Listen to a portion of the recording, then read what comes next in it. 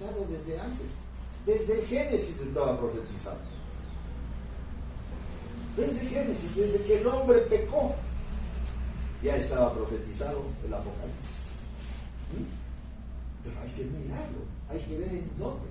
Es que yo quiero ver un texto, a ver, ¿cómo está esto de la apertura de los sellos?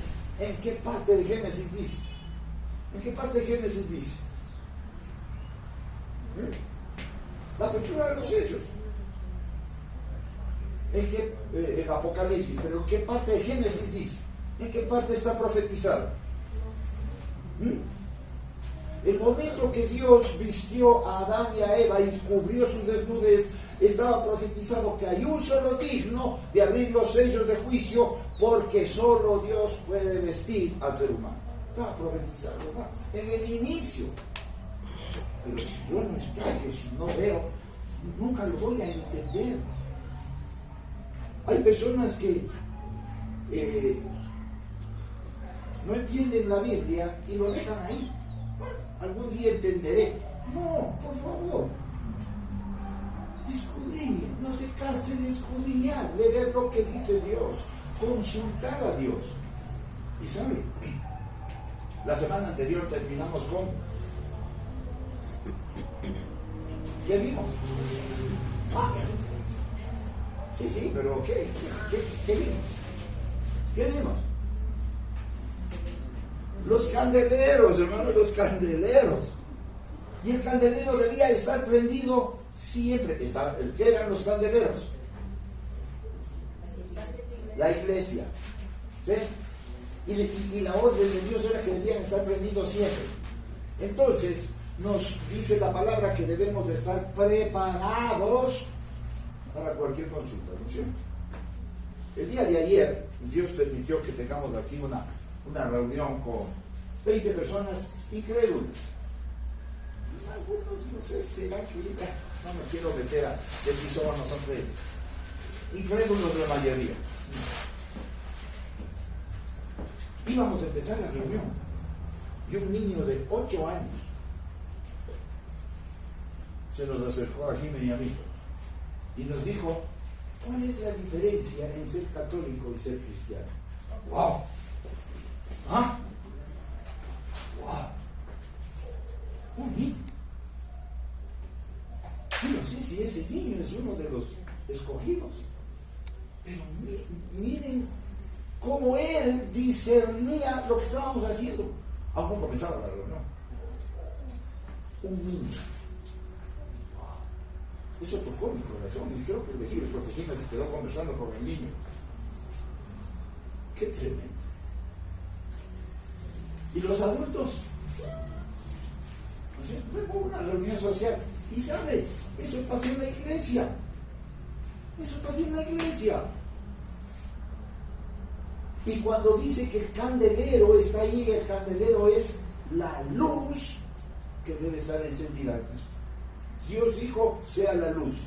Cristo es la luz del mundo. Y nosotros somos esa luz de Cristo al mundo. ¿Cómo yo puedo ser luz si no estudio la palabra? Si no tengo tiempo con Dios. ¿Usted cree que yo puedo ser luz porque me paso oyendo prédicas y prédicas y prédicas? ¿Ah? No voy a ser luz, hermano. ¿Sí? No voy a ser luz. La luz de Cristo va a venir a entrotizarse en mi corazón cuando estudio la palabra. Tengo tiempo con Él. Con Él.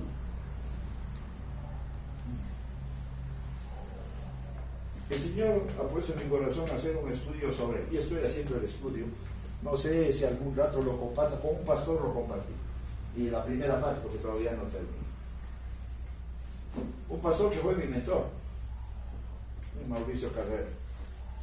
Entonces le dije que tengo el estudio, mándame el hermano. Y le envié el estudio. Sobre la soberanía de Dios en la salvación. Sí, está largo, pero yo me puse a ver ahí.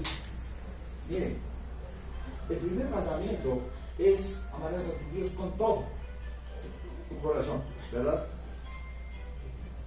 Y miremos, porque la costumbre del léxico cristiano es: amarás a Dios por sobre todas las cosas. Eso no dice la Biblia. O amarás a Dios primero. Tampoco dice la Biblia. La Biblia dice: amarás a Dios con todo tu corazón. Único. Él tiene que ser único. Pero la muestra de que Él es único es porque yo tengo prioridades. Mi prioridad es Dios. Pregúntese, ¿su prioridad es Dios? En su tiempo, en las finanzas, en todo lo que haga, todo lo que está a su alrededor. Y dice: para que Dios sea todo en todos. Dios es todo en su salvación.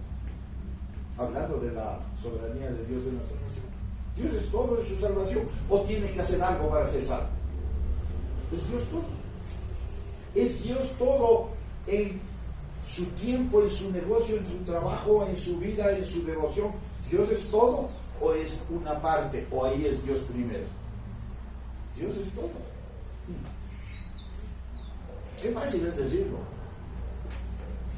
Pero ¿qué es lo que quiere Dios cuando Él se hizo hombre y vino a morir por mí? ¿Qué quiere? Ser todo en mí. Si Él no es todo en mí, me voy a preocupar. ¿O cree que no me debo preocupar? Me debo preocupar. Porque no está siendo la luz encendida.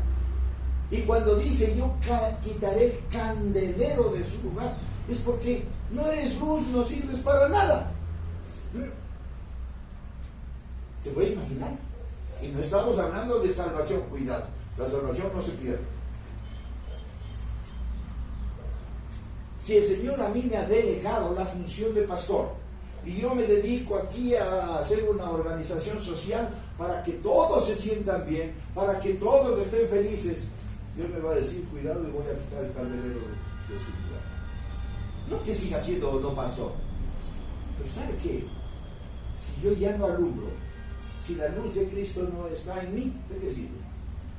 ¿De qué sirve?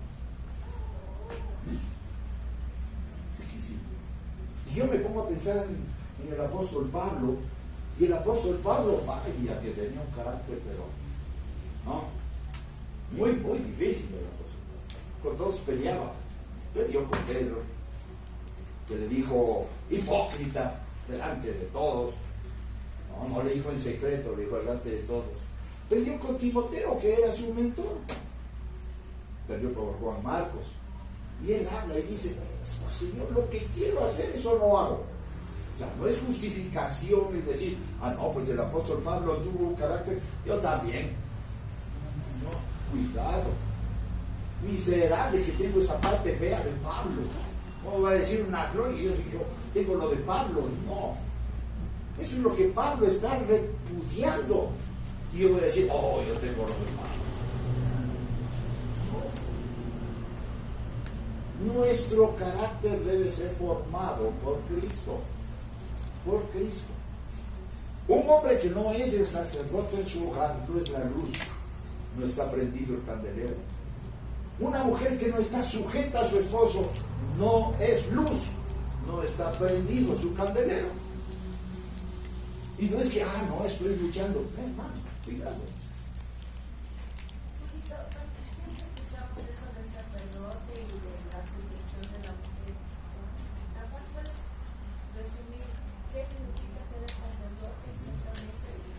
El sacerdote.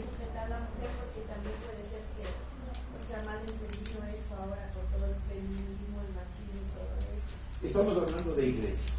Afuera, hagan lo que hagan. Una mancha tigre no hace. Igual se van a ir al infierno. Se sujete o no se sujete, se va al infierno. Hablamos de iglesia. Un hombre que es el sacerdote en su casa debe hacer lo que Cristo hace por la iglesia. Vea, todo lo que Cristo hace por la iglesia en las Escrituras es lo que el hombre debe hacer con la mujer. Eso se llama sacerdocio. Y ver cómo la mujer se sujeta al varón es como la iglesia se sujeta a Cristo.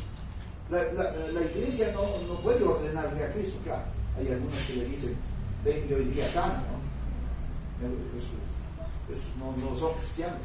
Pero cómo la iglesia se sujeta a Cristo, con humildad, con obediencia, con sumisión. Dios, Cristo dice, yo lo hago. Así se debe sujetar a la mujer al varón. Hay que ser ejemplo. Y Cristo dijo, así como Cristo es la cabeza de la iglesia, el varón sea la cabeza de la mujer. Así como la mujer, así como la iglesia se sujeta a Cristo, así la mujer. Ahí está el ejemplo, es lo que hay que hacer. Y buscar en las escrituras qué hizo, qué tiene que hacer la iglesia con Cristo. Y perdón que me salí del tema, pero usted ha ido tal vez a un sauna, a un salón de belleza. ¿Cómo hablan las mujeres de sus esposos? ¡Qué vergüenza, hermano! ¿Ah? ¿Qué se llama eso? Deshonrarle. Una mujer, y puede ser en la iglesia, que anda quejándose con el uno, con el otro, criticando, sacando los trapos sucios de su hogar o de su esposo, está denigrando a su esposo. Eso no es sujetarse. Y la Biblia habla de la mujer virtuosa que hace que el marido sea alabado en las puertas de la ciudad, porque lo honra. Y eso no vemos, hermano. Y eso es no ser luz. No ser luz. Entonces, no, yo no debo decir, es que me cuesta. Vea, ¿soy o no soy luz? ¿Soy o no soy luz? Pero si yo no estudio la palabra, no voy a ver. No voy a ver. Voy a estar ciego. Y el Señor dijo, cuando le preguntaron, ¿y por qué les hablas en parábolas? Y dijo, ¿para qué? Viendo, no vean. Y oyendo, no oigan. Terrible que el Señor diga eso, ¿no? Entonces, recuerden lo que terminamos viendo la semana anterior. Nosotros somos los candeleros. Esa es la iglesia que está alumbrando con su vida, con su testimonio. No quiere decir que nunca peque, pero si ya no es luz, es un problema. ¿Sí? Si ya no es luz. Y luego entramos al siguiente versículo, en el que habla de una descripción detallada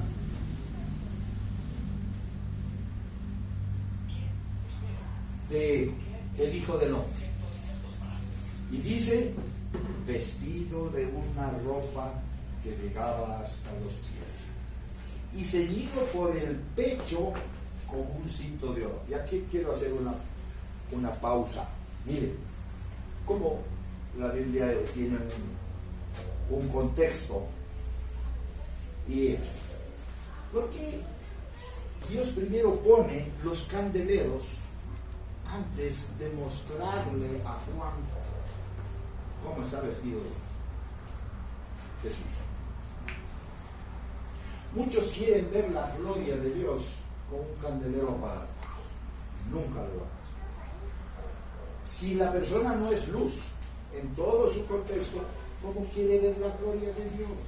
A ver, ¿estaba viendo la gloria de Dios Juan? Sí, ¿verdad?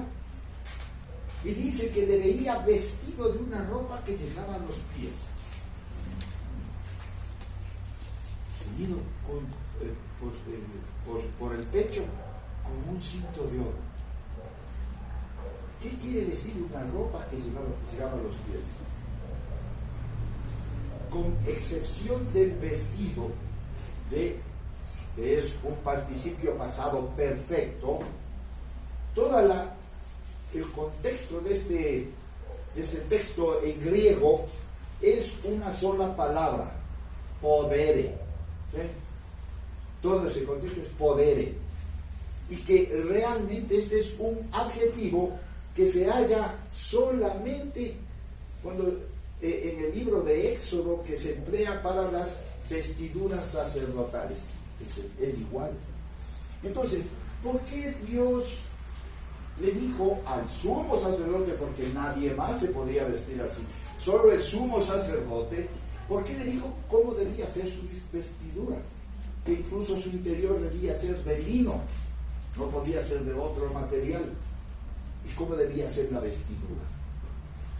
porque era una vestidura santa. ¿Qué significa vestido con una vestidura larga hasta sus pies? Significa su santidad, su autoridad. Eso es lo que les estaba mostrando. Ninguna persona va a poder ver la santidad de Dios y su autoridad si no está prendido su candelero. Por eso los candeleros vienen primero. Y cuando dice el texto, quitaré el candelero de su lugar, a veces el primer pensamiento, bueno, digamos un pastor, si el Señor a mí me dice que va a quitar el candelero de su lugar, entonces lo primero que voy a pensar, me va a quitar de ser pastor. Sí, puede pasar, pero no va por ahí la cosa, ¿no? Porque es el ego, ¿no? Es que yo quiero ser pastor. Bueno, hermano, el Señor pone y saca autoridades, Él sabrá si lo pone y lo saca. Pero el problema no está ahí. Y usted pregúntese, ¿cuántos pastores están en pecado ahora? ¿O no es así? Muchos están en pecado y no les ha sacado el Señor. Entonces no ha quitado el candelero. Cuando muestra que quitará el candelero es: dejarás de ver la gloria de Dios. ¿Sabe lo que significa para una persona que enseña dejar de ver la gloria de Dios? Ya está en sus puestos. Ya va a compartir la palabra de acuerdo a lo que sale de su corazón y no a lo que sale del corazón de Dios, que es distinto. Ver la gloria de Dios es ese vestido santo hasta los pies. Por eso al sumo sacerdote le decía: no entras como quiera en la presencia del Señor. Para entrar en la presencia del Señor tienes que vestirte de el ropaje santo. Y eso es lo que vio Juan. Entonces, el candelero, que es la iglesia, es lo fundamental. Si yo soy luz, pues podré ver la gloria de Dios. De lo contrario, Juan. Y a veces decir, verán, hay una cosa que gracias a Dios ahora ya no se ve, ya no se escucha mucho, ¿no? Porque bueno, la iglesia ha dejado de ser radical. Y entonces le dice: oye, en tu iglesia te prohíben fumar, en tu iglesia te prohíben bailar, en tu iglesia te prohíben. Todo era así antes, ¿no? Es que en la iglesia no está para prohibir absolutamente. Hay iglesias que sí, ¿no? Pero eso no es bíblico. La iglesia no está para prohibir absolutamente nada. Lo que debemos hacer es dar la instrucción y usted sabrá si obedece o no. Yo estoy aquí para decirles lo que Dios dice y lo que a Él le agrada. Y nadie va a dejar de ser mi amigo y de yo tener consideración porque no haga lo que la Biblia dice. Mira, eso es cuestión suya. Y yo no estoy aquí para prohibir a nadie que haga o no haga. Libre del Señor, hermano. No, usted sabrá. Usted sabrá si le teme o no a Dios. A mí no tiene por qué temerme, ni a la iglesia. Este es un gran problema. Su vida debe ser de testimonio a la gente. A la gente. Preocúpese en ser luz para todos a su alrededor, porque Dios está emanando esa luz. Y si usted ya no tiene, va a quitar el candelero de su lugar. No va a perder la salvación, pero usted jamás verá la gloria de Dios. Puede decir, esa es la gloria de Dios, pero es distinto ver la gloria de Dios. ¿Sabe quién vio la gloria de Dios? Moisés. Y Dios le dijo: vas a ver mi gloria. Y le tapó los ojos para que no le vea a él, porque va a morir. Si le veía a Dios, moría. Pero vas a ver mi gloria. Qué interesante. Vale, vas a ver mi gloria. Queremos ver la gloria de Dios. Yo anhelo ver la gloria de Dios. Ayer, pero cómo son las cosas de ayer, yo le decía al Señor, ya después de esa reunión que tuvimos, yo en mi intimidad le decía: Señor, ¿sabes? Cuando dice el texto que cuando la palabra cayó en buena tierra, que es el corazón, unos dieron fruto al 30, otros al 60 y otros al 100. Y yo le decía: ¿qué fruto estoy dando? Yo quiero dar al 100, Señor, anhelo dar al 100. Anhelo, ese es el anhelo de mi corazón. Y yo vine esta mañana y me molesté con mi esposa por una tontera. Mira, ¿qué les parece? Y por cierto, le pido perdón. Te pido perdón, mi amor. Yo me molesté. Y entonces, ya pasó y después el Señor, ¿qué le dijiste ayer? Vino amigo, ¿qué me dijiste? Que quiero dar fruto al cielo. Qué vergüenza, no. Otra vez, ¿no? Y se conforma con el 30. Bueno, cada uno sabrá. Yo no me conformo con el 30. Yo quiero dar al 100. Y me cuesta. Tengo muchas cosas que cambiar, muchas. Yo no doy fruto al 100. No sé si al 30 o creo que al 30. Pero quiero dar al 100. Ese es mi corazón. Y quiero ser luz, no para que me alaben, sino por dar fruto al 100, al Señor, y porque quiero ver su gloria en cada cosa. Y saben, ayer me pasó otra cosa que, ay Dios mío, ¿cómo son, no? Y dice la Biblia que el hombre natural no puede ver las cosas espirituales. Y ayer en la mañana, antes de la reunión, me fui al club, me fui al sauna, me fui a hacer ejercicios de los tipos que estoy a lo digo. Y en el sauna me encontré con un amigo, conocido ahí, ¿no? Y él me decía, oye, estoy asombrado. ¿Cómo estás tú? Yo digo, sí, gracias a Dios, ya. Porque claro, él me vio con muletas y una vez me encontró en silla de ruedas y él se asustó. Y entonces él me dice, verás, yo soy ateo. Y te quiero contar lo que ustedes llaman milagro. Yo le llamo una situación de la vida. Y me empezó a contar su historia. Él ha tenido diabetes, una situación crítica de diabetes a los 39 años, y tenía necrosado el pie y le iban a cortar.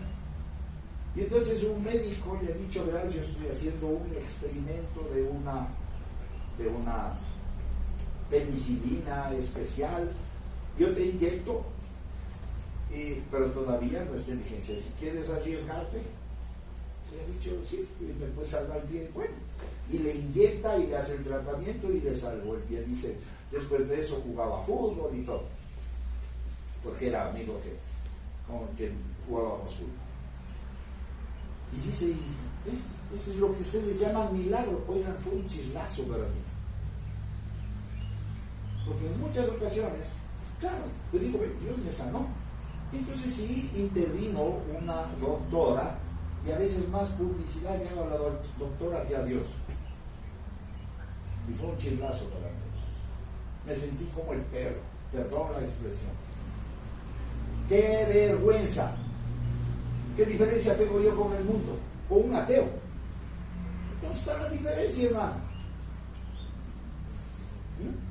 Yo soy cristiano, él no es. Yo soy creyente en el Señor, él es ateo. Y ambos damos el mismo testimonio. ¿Qué le parece? Yo no debo dar el testimonio del instrumento que usa Dios para sanarme. La gloria es de Él exclusiva y no la voy a cambiar. Qué vergüenza es Él puede usar un burro, pero al burro no le voy a dar la autoría, hermano. Eso es una vergüenza. Y Dios trataba con mi vida y digo, oh Dios, qué vergüenza. Y yo le decía, mira, el hombre natural no puede ver. Por mucho que se esfuerce, no va a ver la gloria de Dios. Porque esas cosas se disciernen espiritualmente.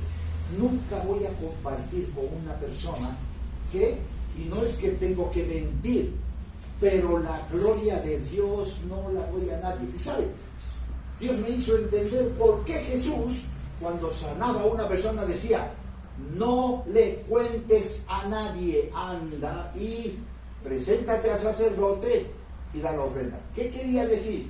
Dale la gloria a Dios, no me des a mí. Y entendí. Wow. Es Dios el que hace. Y siempre dele la gloria a Dios. Pero ¿sabe por qué no se le puede dar la gloria a Dios? Porque no está viendo la gloria de Dios. Está viendo lo que Dios usó para bendición. El pueblo de Israel vio que se abrió el mar rojo, pasó en seco, las paredes eran de agua. Un fenómeno que jamás se ha repetido. Vieron, pero no pudieron ver la gloria de Dios. Solo vieron el milagro.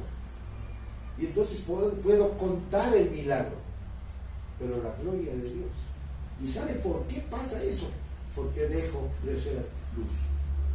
Deja de estar encendido mi candelero, porque algo estoy haciendo que a Dios no le agrada. Quiero leerles el comentario de Moffat. Dice que el término una túnica que llegaba hasta los pies era una señal oriental de dignidad. Es decir, en ese tiempo era una señal de dignidad y lo veíamos en los sacerdotes. Si uno no puede ver la dignidad de Jesús, le ve como un hombre milagroso, un hombre extraordinario, y puede decir, sí, Él es Dios, pero no le ve como Dios. Aunque diga que Él es Dios, no le ve como Dios a Jesús. Y les voy a hacer una pregunta. El texto bíblico dice que Jesús resucitó y Él está sentado a la diestra de Dios. ¿Cómo le ve? ¿Cómo le ve? ¿Cómo le ve a Jesús? Él resucitó y está con un cuerpo incorruptible sentado a la diestra de Dios. ¿Cómo le ve? ¿Ah? Él está sentado al lado de Él. Porque Él como hombre está aquí, pero como Dios está en el trono. ¿O no? Él no dejó de ser Dios. Pero si yo le veo solamente sentado al lado, estoy viendo a otro Dios. No estoy viendo su gloria. Él como hombre está con un cuerpo glorificado, pero intercediendo por nosotros ante Él mismo como Dios, porque Él es Dios y está sentado en el trono. Difícil de entenderlo, ¿o no? Pero esa es la gloria de Dios, porque Jesús es Dios. Entonces esta señal que era oriental era una señal de dignidad. Digamos, el versículo siguiente dice, ceñido por el pecho con un cinturón de oro. Y esta es otra señal de una posición elevada. El sumo sacerdote era el único dentro de los judíos que tenía que ponerse un cinto. Y él le ve a Jesús así, como una autoridad, y que era reservada exclusivamente para los sacerdotes judíos, y apelan frecuentemente a sus divinidades como ceñidos altamente. Es decir, que Jesús fue delegado o fue ungido por Él mismo como Dios, con una autoridad sobre nosotros.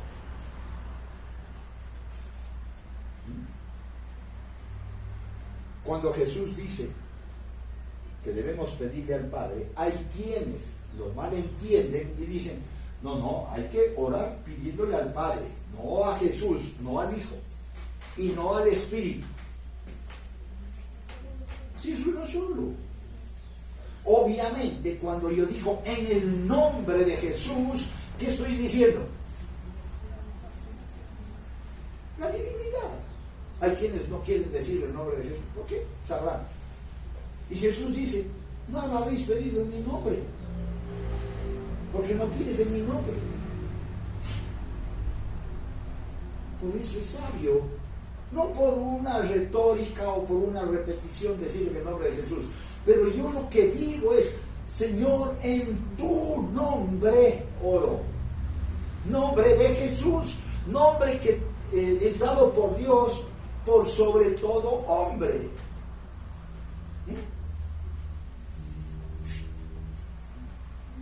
Eso es ser ceñido, reconocer una autoridad. Entonces, poniendo juntas estas dos expresiones, tenemos un cuadro de dignidad tanto sacerdotal como real, ¿sí? Tanto sacerdotal, de autoridad, de sacerdocio, como de Dios. La autoridad de Dios sobre mi vida. Si yo lesiono una de las dos, no estoy en el orden de Dios. Si yo no tomo en cuenta a Jesús como sumo sacerdote, autoridad sobre mí, no puedo tener en mi vida la autoridad de Dios sobre mí. ¿Eh? No hay autoridad de Dios. Y eso es sujetarse a Jesús. Para ningún otro es tan adecuada esta combinación, porque a veces nosotros solamente nos vamos, miren cómo es el contexto de la palabra. A veces si le cogemos aislado el capítulo 6, que ya ojalá este año lleguemos al paso que vamos, en el capítulo 5 dice que no había ninguno digno de abrir los sellos del libro. El libro de juicio, ¿no? El libro de juicio. No había uno solo digno. ¿Entre quiénes? Los ángeles de ellos no tienen ninguna dignidad para abrir el libro. Debía ser quien triunfó sobre el pecado y tiene la autoridad, la dignidad de poder abrir los sellos. Los ángeles no han triunfado sobre el pecado. Ellos no tienen pecado, pero no han venido a vivir para triunfar con el pecado. Solo Jesús. Y entonces, cuando dice el texto, y me estoy adelantando a lo que ya veremos, dice, no había ni un digno. No estaba hablando de entre los ángeles. ¿Entre quiénes estaba hablando? Nosotros, los cristianos, la adoración celestial. Entonces, dentro de todos los cristianos redimidos, no había uno solo digno, ni la Virgen, hermano. ¿Sí? Nadie, no había un solo digno de abrir los sellos, solo Jesús. Entonces, cuando nosotros vemos esta autoridad sacerdotal que ve Jesús, que le ve Juan a Jesús con las vestiduras largas y el cinto, ¿qué está diciendo? Él es el único digno. Desde ahí se está reconociendo la única dignidad que no hay en nada. No hay un solo hombre que pueda tener esa dignidad. Nadie. ¿Sí? Nadie. Solo Jesús. Y como les pregunté la semana anterior, espero que hayan consultado. ¿Sí recuerdan qué les pregunté? ¿Ah? En Deuteronomio 26:5 era, ¿no?, que Gaby nos dio viendo. ¿Qué decía? Que Abraham obedeció a Dios y cumplió todos sus preceptos, mandamientos y sus leyes. Abraham. Pero si todavía no había ley, la ley recién fue dada muchos años después a Moisés en el monte Sinaí. Ahí es el primer impacto de ley, que son los 10 mandamientos. Y luego vienen todas las demás leyes. Pero no fueron solo ahí. Claro, Jesús dice, aquí se resume toda la ley y los profetas. Pero, ¿por qué dice Dios y le dice a Jacob, mejor, Abraham? Porque Abraham obedeció a Dios, cumpliendo todos los preceptos, mandamientos, la ley. Y por eso Dios les entrega a ustedes la tierra prometida. Ahí está la promesa. ¿Ah? ¿Alguien consultó? Bueno, sigan consultando esta semana. No les voy a dar. No les voy a dar, en serio, hermanos. Consulte. A ver, exactamente. ¿Puede repetir la pregunta? Deuteronomio 26:5, que dice que porque Abraham obedeció a Dios cumpliendo todos los mandatos, todas las leyes y todo lo que Dios dijo. ¿Sí? ¿Cómo es que todos los mandatos los cumplió Abraham si aún no había ley? Sigue la pregunta. Entonces, en tercer lugar, el apóstol Juan ve su cabeza y sus cabellos, que eran blancos como blanca lana, como nieve. ¿A quién le ven así blancos? A un anciano, ¿verdad? ¿Ah? Perdón, gracias, no es Deuteronomio, es Génesis. Gracias, Alcalde. Génesis 26:5. Ya. En tercer lugar, Juan ve la cabeza. Había visto las vestiduras, y ya vimos qué significa, ¿verdad? Las vestiduras, los cabellos, que eran blancos. Los antiguos expositores hallan en el cabello blanco como la nieve un símbolo de la eterna preexistencia del Hijo. Eso se veía en la antigüedad. Los eruditos en el texto bíblico del Antiguo Testamento dice que al ver Juan a Jesús con cabello blanco como la nieve, estaba hablando de la preexistencia del Hijo. ¿Qué es preexistencia del Hijo? Que siempre existió. La preexistencia del Hijo. Es decir, lo que está viendo es que Jesús es Dios, porque está viendo como un anciano de días. Recuerden, Dios es espíritu y nadie le puede ver. Jesús es hombre, es Dios hecho hombre para que podamos ver. El que me ha visto a mí, ha visto a Dios, pero no a Él físicamente, sino a lo que Él transmite, ver el corazón de Dios, Jesús, ¿verdad? La actitud de Dios, etc. ¿Sí? Entonces, cuando el apóstol Juan le ve con los cabellos blancos, lo que está hablando es de un Dios eterno. ¿Sí? Le está viendo a Dios. Recuerden que en Isaías estaba profetizado Emmanuel, Dios con nosotros, y le llamarán Padre Eterno. ¿A quién? A Jesús. ¿Por qué Padre Eterno? Sí, pues Dios. ¿Sí? Altísimo Consejero, Dios fuerte, etc. ¿Sí? Príncipe de paz. ¿Quién? Jesús. Porque Él es Dios. Nunca dejó de ser Dios. Él es Dios eternamente y para siempre. Entonces esa es la preexistencia. ¿Qué estaba viendo? Que Jesús es Dios. Estaba viendo la divinidad de Jesús, que no dejó de ser Dios.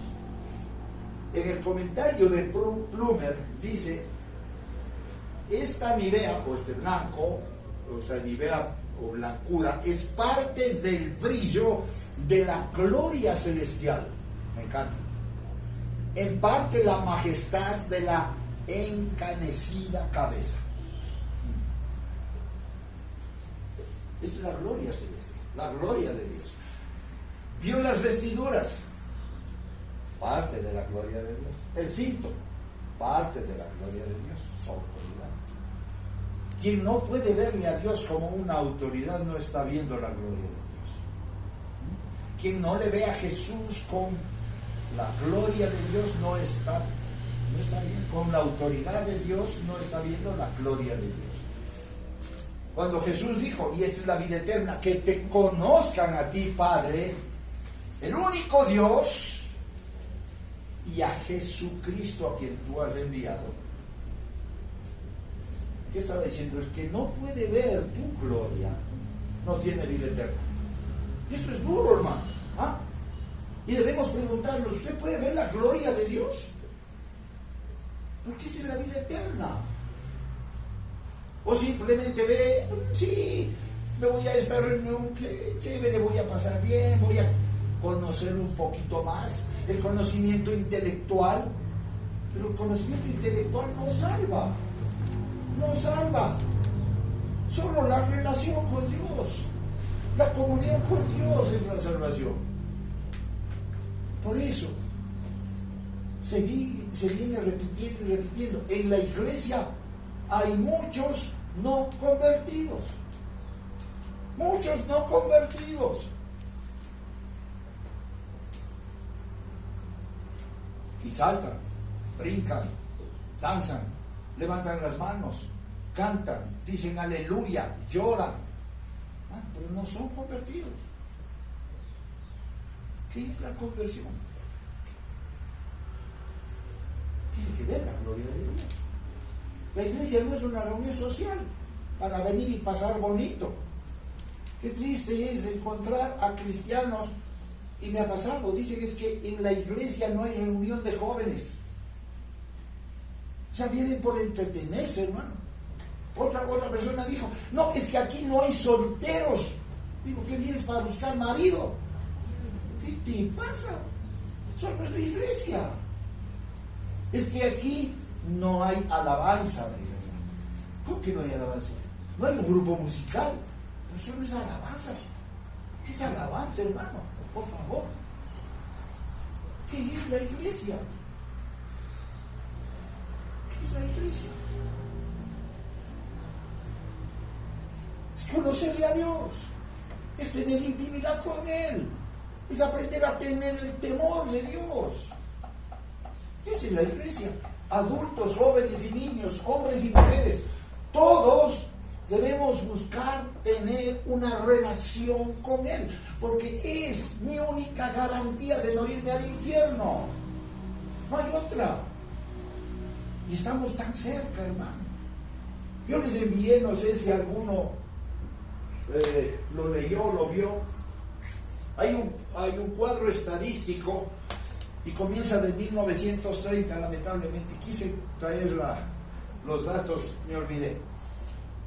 Hay un dato estadístico, comienza en 1930 y el primer lugar en el tiempo de las personas ocupa la familia.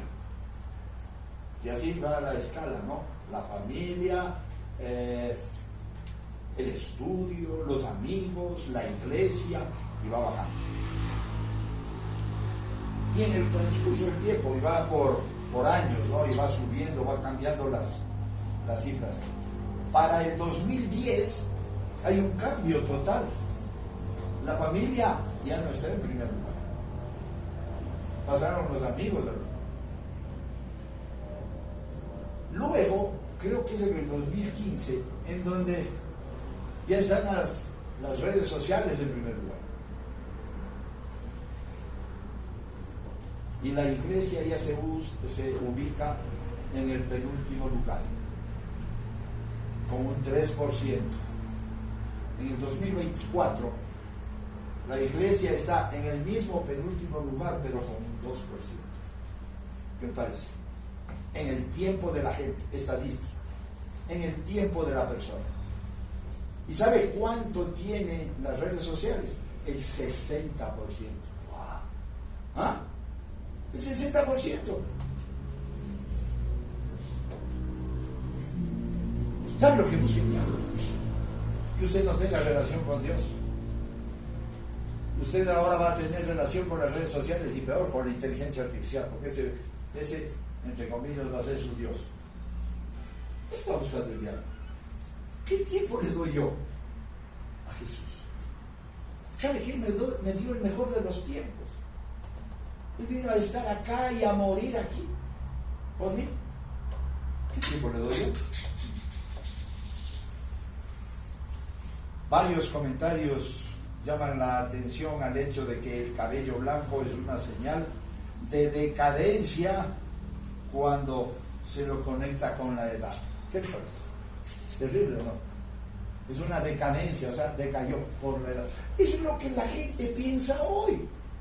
¿Qué dice? El viejo no sirve, hermano. A los 40 años ya es viejo y ya no hay trabajo. Y por eso dice, concede su trabajo, jubílese. Porque pasados los 40 años ya no sirve. ¿Usted cree que no sirve a los 40 años?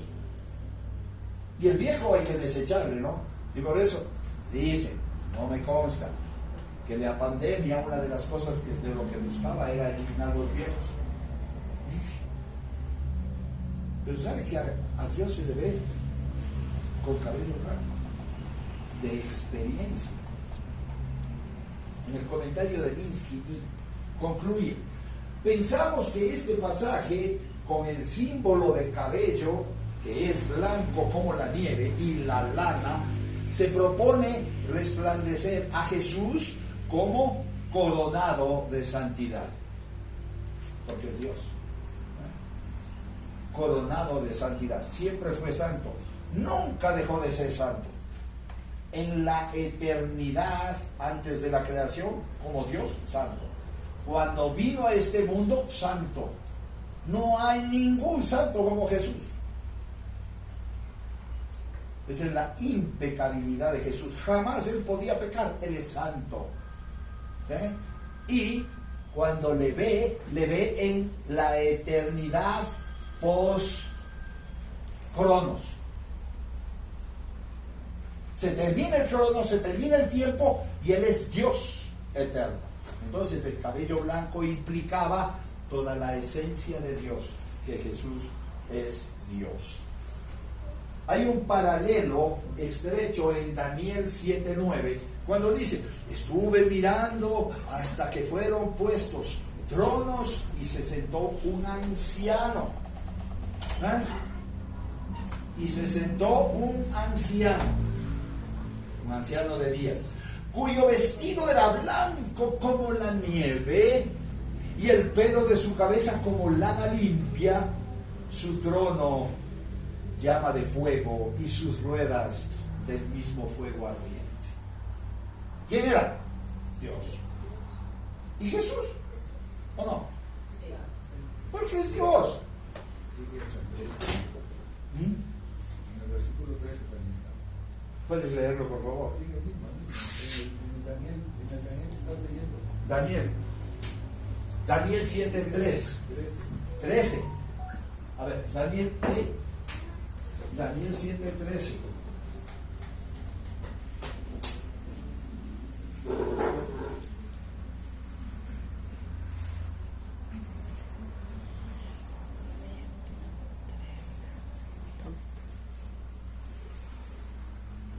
Miraba yo y en la visión de la noche, he aquí con las nubes del cielo venía uno como un hijo de hombre. Gracias a Dios, Padre. ¿Sí? ¿Quién? El anciano de días, Jesús. En el versículo 22 dice, hasta que vino el anciano de días y se dio el juicio a los santos del Altísimo, y llegó el tiempo y los santos recibieron su nombre. ¿Cuándo?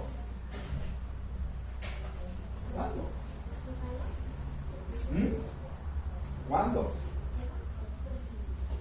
Cuando venga el arrebatamiento y junto con los que murieron en Cristo estemos en las nubes esperando a Jesús. ¿Qué va a haber ese rato?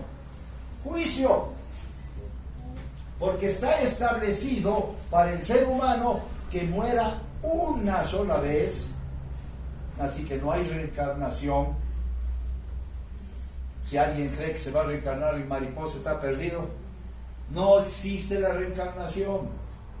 Está establecido que para el hombre muera una sola vez, incluso para Jesús. ¿O no? Jesús como hombre debía cumplir todo, morir una sola vez y después el juicio. ¿Fue juzgado Jesús? Verán que él nunca pecó, pero él llevó el pecado de toda la humanidad y se hizo maldito en esa cruz para ser juzgado en lugar mío. Es decir, yo ya no tengo que ir a ese juicio. ¿Por qué? Porque Jesús ya pagó ese juicio, pero no me libra nadie del juicio. ¿Sí? Así que en las nubes vendrá el juicio. Y dice, y llegó el tiempo de los santos que recibieron el reino. Recompensa. Todos los santos, aquí no dice que alguno es sacado de su lugar. Repito, hasta que vino el anciano de días, ¿sabe quién va a juzgar? Jesús como Dios. ¿Ah? ¿Por qué Jesús como Dios? A ver, ¿por qué Jesús como Dios? ¿Y por qué Jesús no como hombre? Bueno, no se peleen, no todos, bonito. A ver, ¿por qué Jesús como hombre no juzga y como Dios sí? Porque aquí dice que vendrá, ¿y quién va a juzgar? Dios, porque dice, hasta que vino el anciano de días. ¿Quién? Dios. Jesús como Dios, ¿no? El anciano de días. Como hombre vino a traer salvación. ¿Ah? Como hombre vino a traer salvación. Sí, pero puede juzgar. ¿Por qué no juzga? Porque necesitamos que sea un ser perfecto, que sea todo. Jesús es perfecto. Pero Dios es perfecto. Él es, dice la palabra, que en Jesús habita corporalmente toda la plenitud de Dios. Él es perfecto. Pero ¿por qué Él no juzga? Jesús dijo, no he venido a juzgar al mundo, no he venido a condenar, he venido a salvar. No porque Él no pueda hacerlo, sino su función es no he venido a juzgar. ¿Por qué tiene que juzgar Él como Dios? Por eso, porque no se puede lesionar un texto bíblico, ni uno, por pequeño que sea. Entonces, dice que Él viene a juzgar, llegó el tiempo y los santos recibieron el reino. Luego del juicio, que es para recompensa, el juicio es para la recompensa. ¿Cuál es la recompensa?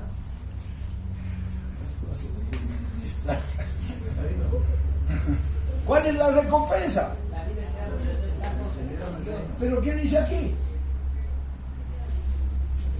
¿Cuál es la recompensa? Tomaron posesión del reino. ¿Sí? La recompensa. Pero existen etapas. Dice, si el fuego no quema lo que edificó, es obra. ¿Hay que hacer obra? Claro. Por supuesto. Y nadie puede decir, verá, Señor, es que yo hice esta obra, así que me merezco, tengo. No. El Señor dice en su palabra que Él preparó de antemano. ¿Cuándo? En la planificación antes de la fundación del mundo, las buenas obras para que nosotros anduviéramos en ella. No las buenas obras que yo quiero hacer. No, por favor. La recompensa se da porque yo hago las buenas obras que Él preparó de antemano para que yo las haga. Así que sigue mandando Él, no yo. ¿No? Y uno dice, no, pero es que, Señor, en tu nombre expulsé demonios, en tu nombre predicaba, en tu nombre oraba para que se sanen, en tu nombre llevaba a los pobres los bienes. ¿Y qué dice Jesús? Apartaos de mí, hacedores de maldad. No os conozco. ¿Sabe por qué ser un hacedor de maldad? Porque no estoy haciendo lo que Dios dice, sino lo que yo quiero. Hermano, por favor. Uno dice, no, yo soy bonito.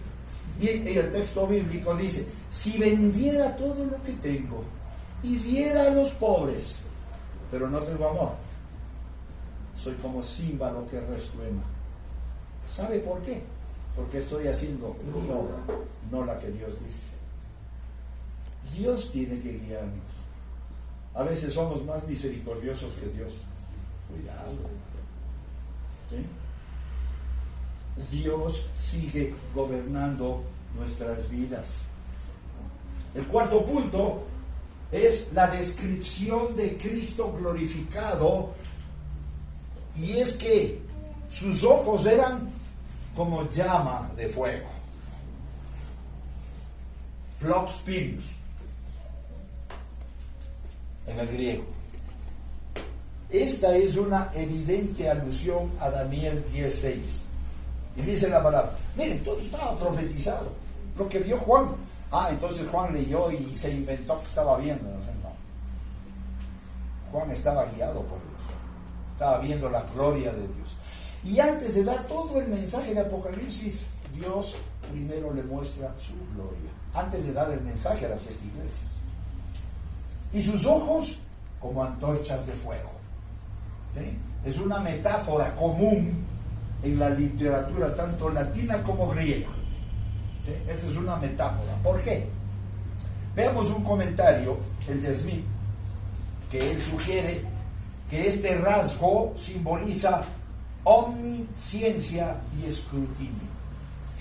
Recuerden, Juan el Bautista decía, pero tras de mí viene uno que no soy digno de desatar la correa de sus sandalias. Él los bautizará en Espíritu Santo y fuego. También dice la palabra que el fuego probará y el fuego va a ver si es que la obra es obra o es hojarasca y se quema. Y también el fuego es lo que se usaba para consumir a los sacrificios. Tal es así que cuando el profeta Elías está y pone los 140 profetas de los Baales y pone el sacrificio y vierte agua sobre el sacrificio, ¿qué descendió del cielo? Fuego, y quemó. Entonces, ¿qué simboliza ese fuego? Omnisciencia y escrutinio. La Biblia dice, no os engañéis. No os engañéis.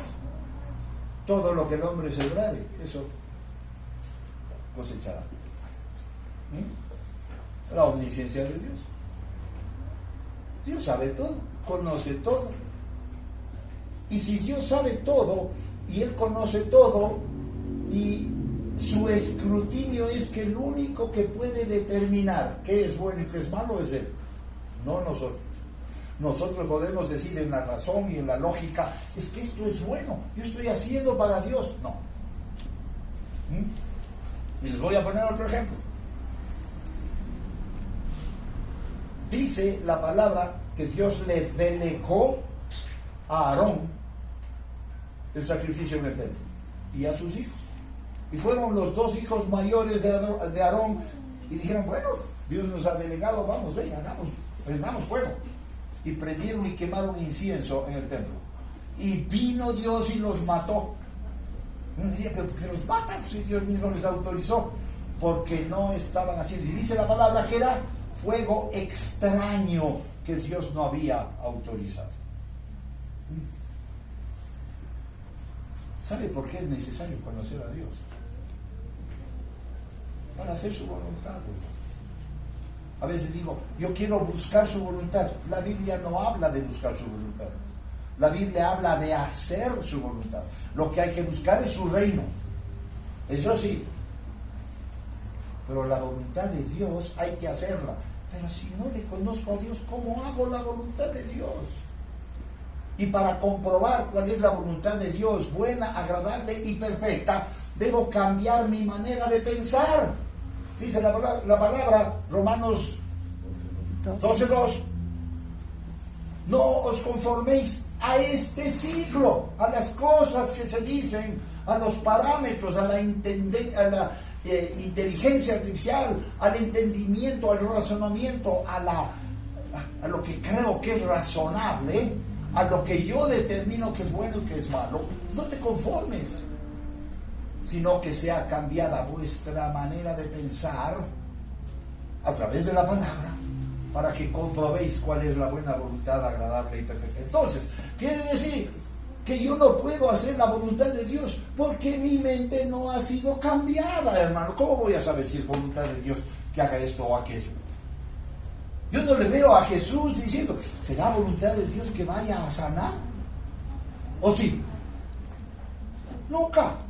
Él vivía en la voluntad de Dios. ¿Por qué? Porque Jesús, Juan 14 dice, nada puede hacer el Hijo sino lo que ve hacer al Padre. Estamos hablando de Jesús Dios. Juan 5, nada puede decir el Hijo sino lo que oye de Dios. Y estamos hablando de Jesús. Y entonces, ¿quiénes somos nosotros para decir lo que yo entiendo de la Biblia? Ah, no, yo entiendo esto. No, y a mí no me digan nada. Yo entiendo. Pero hermano, tenga prudencia. Porque puede estar hablando cosas en contra de Dios. Las cosas que están en la Biblia y que Dios habla mucho, hable mucho. Las cosas que Dios no habla, por favor, no hable. Porque no las entiendo. No sé qué pase. Es peligroso. Y el problema básico es, no le conozco a Dios. No le conozco. Jesús le conocía a Jesús como hombre, a Dios el Padre. No porque él era Dios, porque él dejó ciertos atributos de deidad para no hacerlos, ¿sí? Pero él estaba sujeto, porque el Espíritu Santo vino sobre él, ¿sí? Como hombre. Él no necesitaba el Espíritu Santo porque es Dios y es uno con el Espíritu. Pero él necesitaba que el Espíritu Santo descienda y diga, vi el cielo abierto y vi al Espíritu en forma de paloma, descendió sobre Jesús. ¿Por qué? Porque era necesario como hombre para darme a mí la muestra de que necesito el Espíritu Santo para que guíe mi vida. Cuando uno va a tomar una decisión, debe preguntarse, ¿esto me está dirigiendo Dios o mi carne? ¿Y cuántas cosas hacemos porque mi carne dirige? ¿Hacemos o no? Es porque como yo entiendo, es porque como yo veo las cosas, como yo percibo, y quien decide soy yo, no Dios. Y después, cuando vienen consecuencias, Dios, ¿pero por qué? ¿No es cierto? Sweet agrega la mirada penetrante, o sea, los ojos de fuego, que relampagueaba con rápida inteligencia y cuando era necesario con justa ira, era conocida por aquellos que estuvieron con nuestro Señor en los días de su carne y haya su contraparte como ahora los aprende el vidente, es decir, Juan los mira en la vida resucitada y ascendida. ¿Sí? Con ojos de fuego, con rostro de sol. Así viene Jesús en la segunda venida. ¿Sí? ¿Qué significan los ojos de fuego? Es la omnisciencia y el escrutinio de Dios. Es el único que puede juzgar. El único. Y Jesús dijo, no he venido a juzgar. Solo Dios juzga. Y Él es Dios. Es decir, que cuando Él abre los sellos, era el único digno como hombre de abrirlos, pero Él los abre como Dios. ¿Sí? Amén. Y recuerden, el Espíritu Santo es fuego consumido. Cuando nosotros vemos el amor de Dios, solamente nos fijamos del amor como buenito, ¿no? Como que todo lo consiente. El amor de Dios es fuego consumidor. El amor de Dios es juicio. También. Y nadie se libra del juicio. Y nosotros nos libramos del juicio de la tribulación, porque Cristo fue juzgado en lugar de nosotros. Pero todos somos juzgados, absolutamente todos. Del pecado en Jesús y de las buenas obras que prevalezcan será en las nubes. Pero nadie se libra del juicio. El quinto punto lo veremos la próxima semana. ¿Sí? ¿Qué es? ¿Alguna pregunta?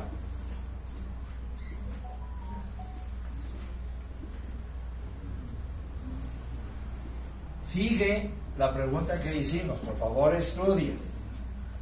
En Génesis 26:5 dice que Abraham obedeció en todo a Dios y que cumplió todos sus mandamientos, sus preceptos y sus leyes.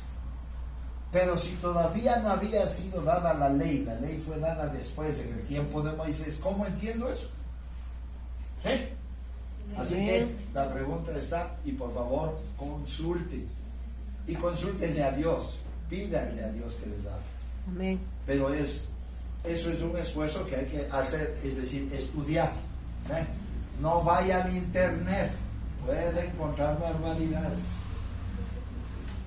¿Sí? No seguí, pregúntele a Dios. ¿Cuál es la fuente de sabiduría? Dios.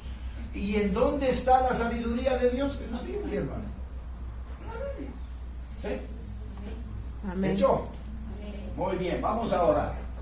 Incline a su rostro, por favor. Amado Padre, te damos gracias por habernos dejado esta belleza de tu palabra. Señor, cuántas perlas y cuántas maravillas encontramos en tu palabra. Pero nuestra mente tan limitada no puede conocerte, sino ese poquito que podemos entender.